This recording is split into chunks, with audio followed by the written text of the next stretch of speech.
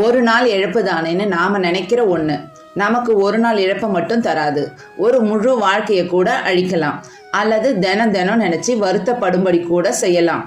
இந்த கதை தாமதத்தின் விலை என்ன என்பதை கூறும். ஒரு நகரத்துல ராமசாமின்னு ஒரு கடைக்காரர் இருந்தார். அவரோட கடைகள் பழைய பொருட்களால் நிரம்பி இருந்துச்சு.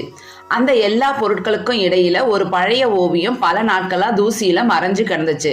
அதை யாரும் கவனிக்கல, என் கடைக்காரருக்கு கூட தெரியல. ஒரு நாள் அவர் கடையை சுத்தம் செஞ்சுட்டு இருந்தார். அப்ப அந்த ஓவியம் அவரோட கண்ணுல பட்டுச்சு.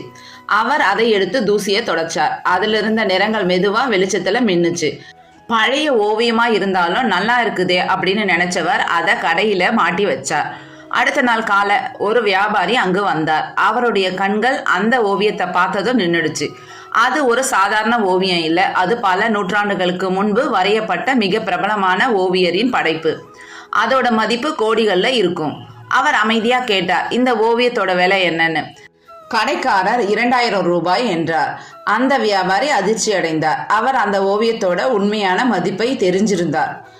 ஆனா 1500 ரூபாய்க்கு தாங்கன்னு பேரம் பேச ஆரம்பிச்சார். கடைக்காரர் 2000 ரூபாய்க்கு குறைஞ்சு தரமாட்டேன்னு சொன்னார். இருவரும் வாதிட்டார்கள். ஆனா யாரும் வெல்லல. சரி, நான் நாளைக்கு வர்றேன் அப்படின்னு சொல்லிட்டு கிளம்பிட்டாரு அவரு. அன்று மாலை ஒரு வெளிநாட்டு சுற்றுலா பயணி அந்த கடைக்கு வந்தார். அவர் அந்த ஓவியத்தை பார்த்த உடனே அது அரிய கலை பொருள்னு புரிஞ்சுக்கிட்டார். இதோட விலை எவ்வளோன்னு கேட்டார். கடைக்காரர் 2000 ரூபாய்ன்னு சொன்னார்.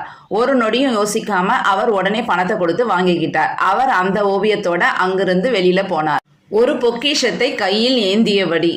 அடுத்த நாள் முதல் வியாபாரி கடைக்கு திரும்ப வந்தார். ஆனா ஓவியம் அங்கு இல்லை. ஓவியம் எங்கேன்னு கேட்டு பதறினாரு. நேத்து ஒருவர் வாங்கிட்டு போயிட்டாருன்னு சொன்னார் கடைக்காரர். அவர் அதிர்ச்சி அடைந்தார்.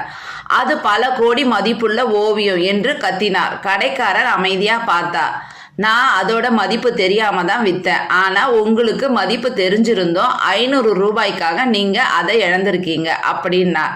யார் பெரிய இழப்பை சந்திச்சதுன்னு கடைக்காரர் கேட்டார். வந்த வியாபாரி கிட்ட பதில் இல்லை. நீங்க சரியாக முடிவெடுக்காத அந்த நாள், நீங்க ஆம் என்று சொல்லாத அந்த நிமிஷம், அதுதான் உங்களுடைய வாழ்க்கையை மாத்தி இருக்க வேண்டிய நேரமா இருக்கும்.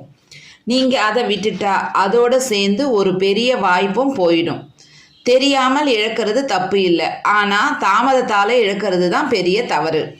வாய்ப்பு எப்போதும் பிரகாசமா வராது. சில நேரங்கள்ல அது தூசியில மறைஞ்ச ஓவியமா வரும். அதை உடனே அடையாளம் கண்டு வாழ்க்கையில பயன்படுத்துறவங்க தான் வெற்றி பெறுவாங்க. தாமதிக்கிறவங்க தோல்வி அடைவாங்க.